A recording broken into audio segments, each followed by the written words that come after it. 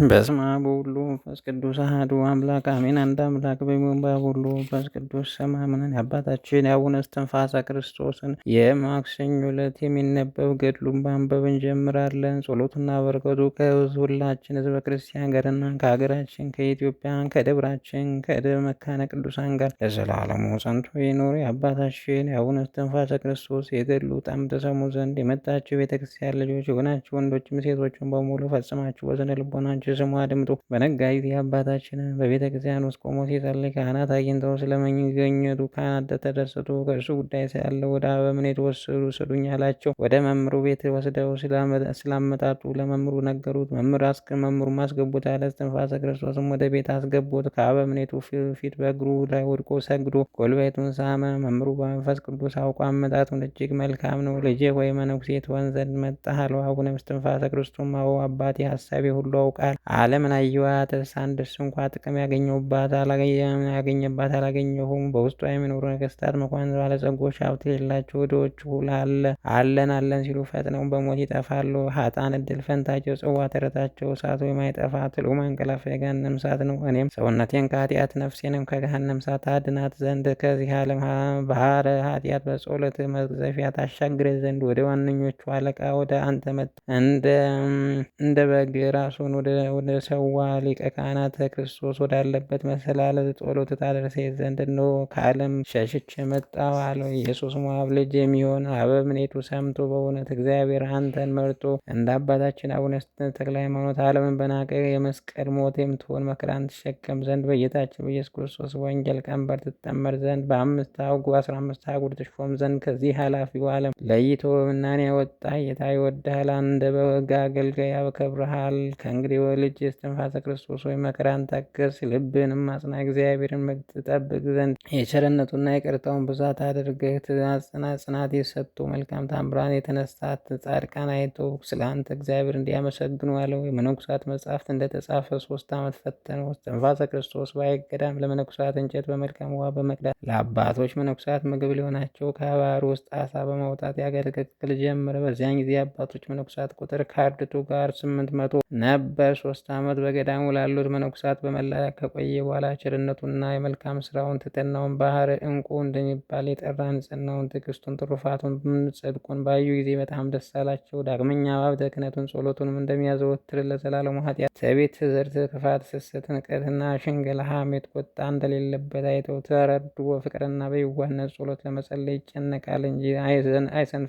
የእጅ ስራ በሚሰራ ጊዜም በአፉ እየጸለየ በእጁ ይሰራ ነበር። ከ3 ዓመት በኋላ ማህበሩ ወደ አበምኔቱ ገብተው ይህ ልጅ በመልካም ስራ ፍጹም ነው፣ ክፋትም የለበትም፣ መልካም ስራ ሁሉ ይፈጽሞ ብለው ለአበምኔቱ ነገሩት። ከ3 ዓመት በኋላ የአባ እንጦንስና የአባ መቃርስ የአባ ጳውሊና የአባ አሳኒዮስና የአባ ኤስታቴዎስ የአባ አብሳዲን የአባ ነቢዮንና የአባ አቤብም የአባ መቃቢስንና የኤላሪዮስን የአባ ኪሮስን የ7 ዓመት በአፉ ድንጋይ ጎርሶ የኖረ የአባ አጋቶን የቅዱሳን ገድል ሁሉ በመከተል ስርዓታቸውን በመከተል አሳየን። ለሁሉም ማርያ ሆነ። አበምኔቱ የእነዚህም ሁሉ በረከት በአንተ ላይ ይደር ብሎ ከባረከ በኋላ ምንኩስና ልብስም አለበሰው። አስኬማ የኢትዮጵያ ሊቀ ጳጳስና ገዳም አለቃ የመነኩሳት አባት ከሚሆን ከአባ ሙሴ ሕፃን ደባ ከሚባል ቦታ ተቀበለ አለው። ከዚያ በኋላ እስትንፋሰ ክርስቶስ የደብሩ መጋቢና ሊቀ ዲያቆን ተሾመ። መምህርና ገዳሙን ቤተክርስቲያን ማስደሰተ። ቤተክርስቲያንን በመላላኩ በመልካም ጸባይ ሆኖ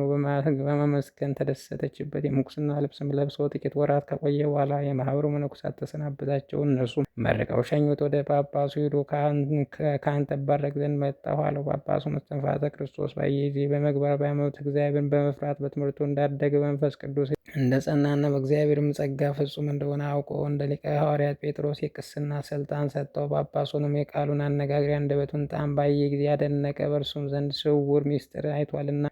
ከጥቂት ቀን በኋላ ቁምስና፣ ኤጲስቆጶስነት 3ቱን ስልጣን ሰጠው። ከዚያ በኋላ አባታችን እስትንፋሰ ክርስቶስ ጌታ መድኃኒታችን ኢየሱስ ክርስቶስ ፈጣሪ ኢየሱስ ክርስቶስ ሰውነቱን በገራበት መስቀል የጣለ ነፍሱን ያገኛታል። ስለ እኔ ሰውነቱን በገራበት መስቀል ያጣል ያለውን አስቡ። በጾምና በጸሎት በትምህርት በስግደት ዳግመኛም ጌታ ኢየሱስ ክርስቶስ ሰው ዓለሙን ቢገዛ ቢነዳ ነፍሱን ካጣ ምን ይጠቅማል ያለውን አስቦ ለኃጥአን ፍዳ ለጻድቃን ተድላ ደስታ እንዳላቸው አስቦ ይህን አስቦ ከጳጳሱ ቤት ተባርኮ ከሸዋ ከአካባቢ የምትገኝ ደብረ ድንቅ ተአምራት እያደረገ እንደ ጌታ ኢየሱስ ክርስቶስ 12 ሐዋርያት አጋንንትም የዋጣ ድውያን ይፈውስ ለምጽም ያነጻ ጀመረ። ክብርት በምትሆን በጸሎቱ ባመኑ ጊዜ ብዙ ድውያን ይፈወሱ ነበር። ተአምራትን በማድረግ ሐዋርያት አያንስም ነበር። በድውያም ላይ እጁንና መስቀሉን ጭኖ ፈጥኖ ይፈውሳቸው ነበር። የኢትዮጵያ ሰዎችም ትሕትናውን፣ ንጽሕናውን፣ ቅድስናውን፣ ክብሩን፣ የቀና ሃይማኖቱን መፈወሱን አባታችን አቡነ እስትንፋሰ ክርስቶስን ዝናውን በሰሙ ጊዜ ብዙ ሰዎች ወደ እርሱ መጡ። ዳግመኛም ዲያቆናትና ካህናት፣ ኤጲስቆጶሳት ከሸዋ ሀገርና ከአማራ ሳይንት የኢትዮጵያ ምድር ሁሉ ከእርሱ ይባረኩ ዘንድ ወደ እርሱ መጡ።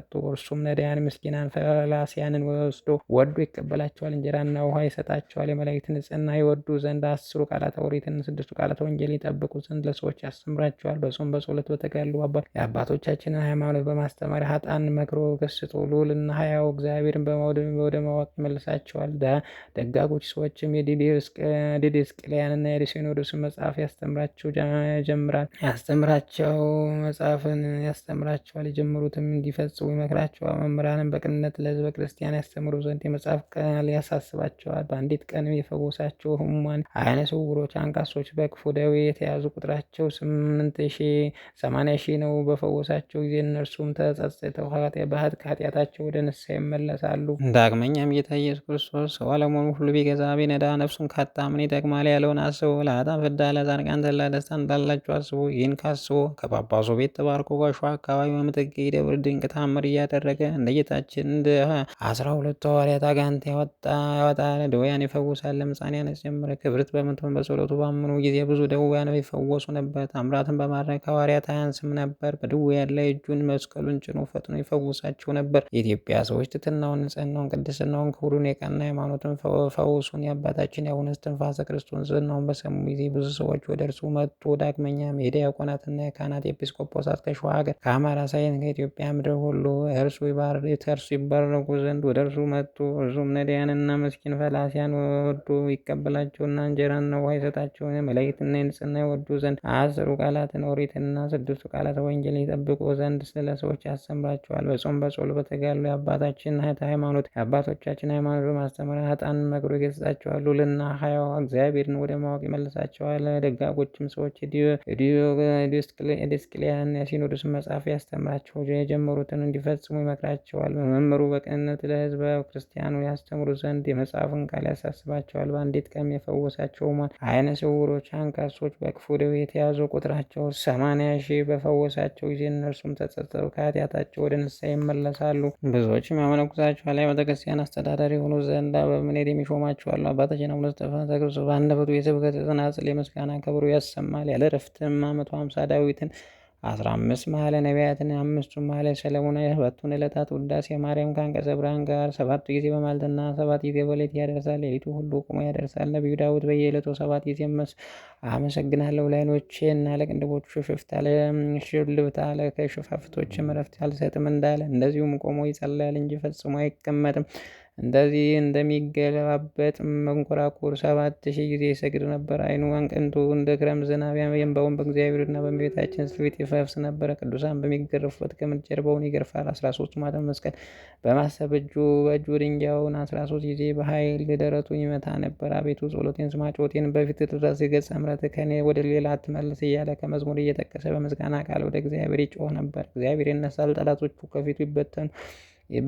በነፋስ ፊት ጤስ ተኖን በእሳት ፊት እንደሰምና ድሮ ማር ቀልጦ እንደሚጠፋ እንደዚሁ ኃጢአተኞች ከእግዚአብሔር ቤት ይጠፋሉ። ይህን ባለ ዚያጋን ፈጽመው ፊቱ ብን ብለው ይጠፋሉ። እንደዚሁም አባታችን አቡነ እስትንፋሰ ክርስቶስ እነዚህ የታወቁ ጸሎትን ሲጸልይም ቁሞ አይደለም፣ ወዙ እንደ ውሃ ነጠብጣብ እስከሚፈስ ድረስ ይሰግድ ነበር። የስግደቱ ልክ ተቆጥሮ አይዘልቅም። መልካም ምግባሩ በጣም የተትረፈረፈ የበዛ ነውና ከምድር እስከ ሰማይ የሚደርሱ የብርሃን ምሰሶና የወርቅ መሰላል ስግደቱን ስለ ጸሎቱ ስለ ትሩፋቱ ብዛት የቅዱሳን እስኪያደንቁ ድረስ ተተክለው ይታያሉ። ስለዚህ አቡነ እስትንፋሰ ክርስቶስ ጽድቁና በክብሩ ብዙ ታምራትን ያደርጋል። የወርቅና መሰላልና የብርሃን ምሰሶ የተባለ በጾም በጸሎቱ ሃይማኖት በፍቅር ባትትና ያነጻቸው የእስትንፋሰ ክርስቶስ ነጻ ስጋ ነጻ ነፍስ ናቸው። ጸሎቱ ወደ ላይ ወጥቶ እስከ 7ኛው ሰማይ መንበረ ጸባዖት ይደርስና ዳግመኛ ወደ ሰላል ወደ ታች ተመልሶ በአዝመራ ጊዜ ብዙ ምርት ወደ አውድማው ብዙ በብዛት እንዲመረት ይመረታል። የሰማይ መላእክት ጸሎትና በምድር የሚተዉት አይደለም። የእሱን ጸሎት ለማሳረግ ክንፍና ከክንፍ ጋር እያማቱ እየተጋፉ በብዛታቸው የተነሳ ይጨናነቃሉ እንጂ በብዛት ወደ ሰማይ የሚወጡ አሉ።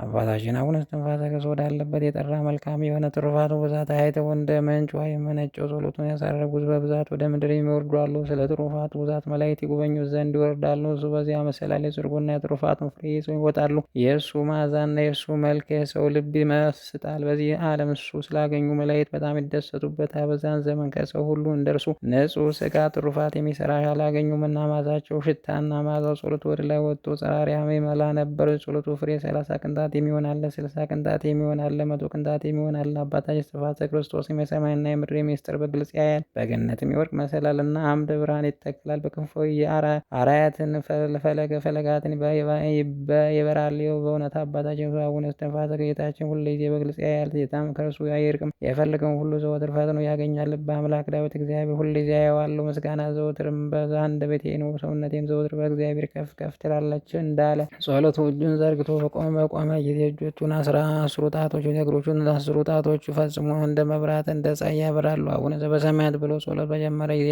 የሰባቱ ሰማያት በሮች ተከፍተው እስከ መንበረ ጸባዖት ያያል። እግዚአብሔር ባየ ጊዜ የፈለገውን ይለምና የፈለገውን ከአምላኩ ዘንድ ፈጥኖ ያገኛል። አባታችን አቡነ እስትንፋሰ ክርስቶስ የሚፈለገው ፍላጎት ለኃጥአን ምሕረት ከለመነ በስተቀር ሌላ ምንድን ነው? ብዙ አባታችን ወይ የዓለምን ጨለማነት የጎዳናውን ጎጥቋጣን ሁለንተናው ደስ የሚሆነ የዓለም ኑሮ ያወቅበት በምንኛ ያማረ ነው። ከዚህ በኋላ አባታችን አቡነ እስትንፋሰ ክርስቶስ 40 መዓልትና 40 ሌሊት ጾሙ። 40 ሌሊት በተፈጸመ ጊዜ እህል ሳይቀምስ ጌታ ኢየሱስ ክርስቶስ ወደ እርሱ መጥቶ 10 ቃላት ኦሪትና 6 ቃላት ወንጌል በውስጣቸው የተጻፉትን 2 ጽላቶችን ሰጠው። አስቀድሞ ለሙሴ በደብረ ሲና እንደሰጠው ለአባታችን አቡነ እስትንፋሰ ክርስቶስ 6 ቃላትና 10 ቃላትን 2 ጽላት ሰጠው። ከ10 ቃላት የተባሉት እነዚህ ናቸው። በሰማይ ቢሆን በምድር ቢሆን በምድር በታች ቢሆን ከእኔ በስተቀር ሌላ አምላክ አታምልክ። ፈጣሪን የእግዚአብሔርን ስም ጠርተህ ባዘዛት ማለት እግዚአብሔር በሳሰተ ስሙን አጠርቶ እንደሚምለው ሰው በበደል አያነጻውምና የፈጣሪ የእግዚአብሔር ሰንበት አክብር። ዘመንህ እንዲበዛልህ እናት አባትህን አክብር። አትግደል፣ አትሰስን፣ አትስረቅ፣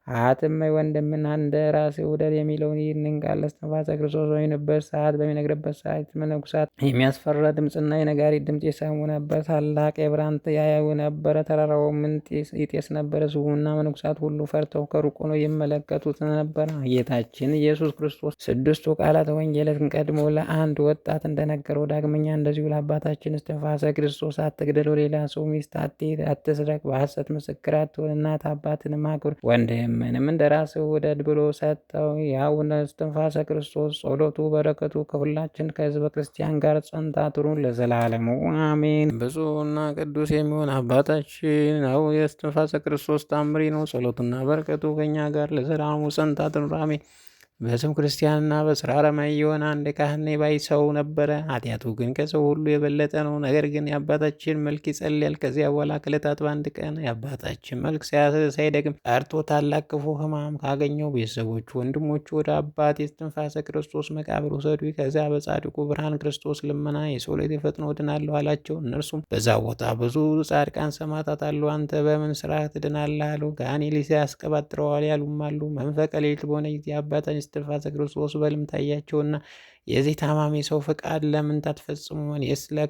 ለእኔንስ ለካ አትወዱኝምን? እንደዚህ ትንቁኛላችሁን? አታከብሩኝምን? ይህን ካላደረጋችሁ እግዚአብሔር ቁጣ በእናንተ ላይ አያመጣባችኋለሁ አላቸውና ወደ ታማሚው ሰው ተመልሶ ልጄ ደስ ይበልህ፣ በእኔ የጸሎትና በአማላጅነት ከበሽታ ትድናለህ። ነገር ግን ከዳንክ ዝክሬን አዘክራለሁ ብለህ ያሰብኸውን አትተዋለው። ይህንም ብሎት ከእሱ ተሰውረ። ከዚያ በኋላ በማግስቱ ጠዋት ተነስቶ ከዘመዶቹ ጋር በሕልም ሌሊት ያዩትን ተጨዋወቱ። እርሱም ውሰዱኝ ብሎ ነገራቸው። እነርሱም በአልጋ ተሸክመው ወሰዱት። ከቤተ ክርስቲያኑ ውስጥ አስገብተው አስቀመጡትና ከአባታችን መቃብር ላይ ያለውን አፈር አምጥተው ሰውነቱን ቀቡት። ወዲያውኑ ከበሽታው ፈጥኖ ድኖ ተነሳ። በማግስቱ ሕዝቡ አይተው እጅግ አድንቀው አባታችን አቡነ እስትንፋሰ ክርስቶስ ጸሎት ስለዚህ ሰው ታምር ስላደረገለት እግዚአብሔርን አመሰገኑት። ያም ሰው ስለ ሰው ሁሉ ይህን ታምር ይናገር ጀመር። በየወሩ መታሰቢያውን ያደርግ ጀመር።